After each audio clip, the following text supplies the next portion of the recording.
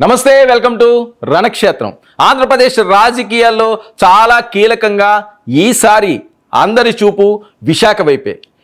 విశాఖ పట్టణ ప్రజలు ఈసారి ఏ పార్టీకి పట్టం కట్టబోతున్నారు? ఇక్కడున్న 4 నియోజకవర్గ పరిధిలో మరి రాజధానిని వీళ్ళు ఆహ్వానిస్తున్నారా, తిరస్కరిస్తున్నారా అన్నదే ఇప్పుడు అందరిలోని రగులుతున్న చర్చ. ఈ అంశంలో విశాఖ వెస్ట్ నియోజకవర్గంలో ఈసారి ఎవరు గెలబోతున్నారు, గతంలో ఉన్న హిస్టరీ ఏంటి, వాళ్ళు బలాబలాలు ఏంటి ఓసారి పరిశీలిద్దాం. విశాఖ పశ్చిమ నియోజకవర్గ మండలాల విషయానికి వస్తే గ్రేటర్ విశాఖలోని 14 ఓటర్లు ఈ నియోజకవర్గంలో ఉన్నారు. విశాఖ పశ్చిమ నియోజకవర్గానికి వెళ్దాం.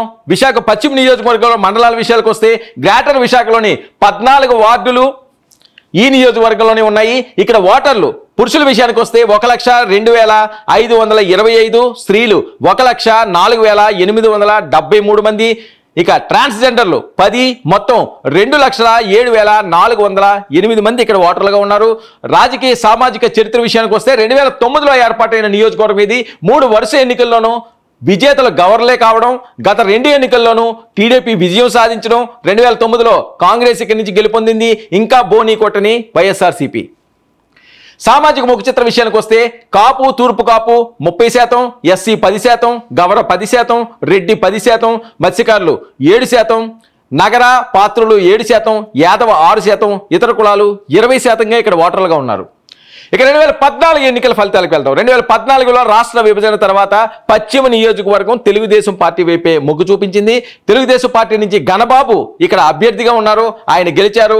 ఆయన మీద ఓటమి పాలైంది దాడి రత్నాకర్. దాడి వీరభద్రరావు గారు కుమారుడికి అవకాశం ఇచ్చారు జగన్మోహన్ రెడ్డి గారు, అయినప్పటికీ కూడా ఆయన ఓడిపోవడం జరిగింది. ఘనబాబుకు వచ్చిన ఓట్లు 76,791 ఓట్లు రాగా దాడి రత్నాకర్కి 45,934 ఓట్లు పోలేని 30,857 ఓట్లతో ఘనబాబు విజయాన్ని సాధించారు. 2019 చూద్దాం.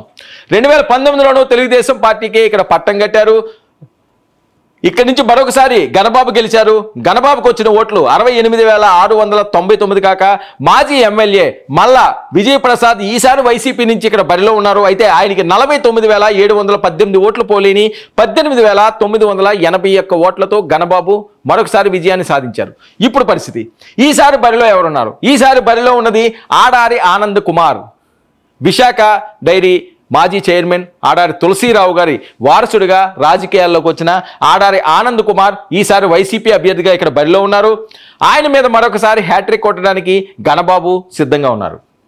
ఇక వైఎస్ఆర్ కాంగ్రెస్ అభ్యర్థి విషయానికి వస్తే వ్యాపారాలు, సంఘసేవ చేస్తూ రాజకీయాల్లో ఉండడం, తండ్రి ఆడారి తులసీరావు సుదీర్ఘకాలం విశాఖ డైరీ చైర్మన్గా ఉండడం, ప్లస్ ఇక తండ్రి చనిపోయాక డైరీ చైర్మన్ బాధ్యతలు కూడా ఈయన స్వీకరించారు. నిత్యం ప్రజలకు ఏదో సేవ చేసే దాంట్లో ముందుండే వ్యక్తి అని ఈయనకున్న పేరు.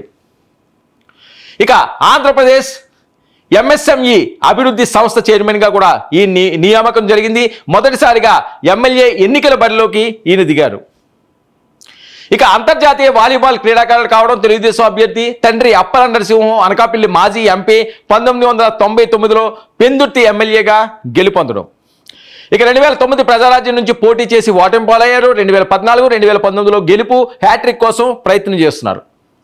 ఇక స్థానికంగా ఉన్న పరిచయాలు, తండ్రి వారసత్వం ఆధారంగా పెద్ద ఎత్తున ప్రచారంలో పాల్గొనడం ఈయనకి ప్లస్ పాయింట్. ఇక మొదటిసారి ఎన్నికల బరిలో దిగడం కొంత మైనస్. గెలిస్తే వైసీపీ ఇక్కడ బోని కొట్టినట్టే. గతంలో ఈయన పార్లమెంట్ అభ్యర్థిగా పోటీ చేసిన హిస్టరీ ఉంది ఆడారి ఆనంద్ కుమార్కి. సో ఈ నేపథ్యంలో ఈసారి ఇదే ప్రాంతంలో ఆయన మకాం వేశారు. పశ్చిమ నియోజకవర్గంలో విస్తృతంగా ఈయన ప్రచారాలు ముమ్మరం చేస్తున్నారు. ఈసారి వైసీపీ ఇక్కడ బోని కొడుతుంది అని చెప్పి ఆశాభావాన్ని వ్యక్తం చేయడం జరుగుతుంది. అయితే ఇక టీడీపీ అభ్యర్థి 2019 వైసీపీ హవాలో కూడా 2 సార్లు గెలిచి ఉండడం ప్లస్ అవుతుంది. ఇక ప్రచారం వైసీపీ అభ్యర్థి స్థాయిలో లేకపోవడం మైనస్ కింద మాట్లాడే పరిస్థితి. మరి చూద్దాం ఈసారి పశ్చిమ నియోజకవర్గంలో ఎవరు విజయాన్ని సాధిస్తారో, ఇక్కడ ప్రజలు ఎవరి వైపు మొగ్గు చూపిస్తారన్నది.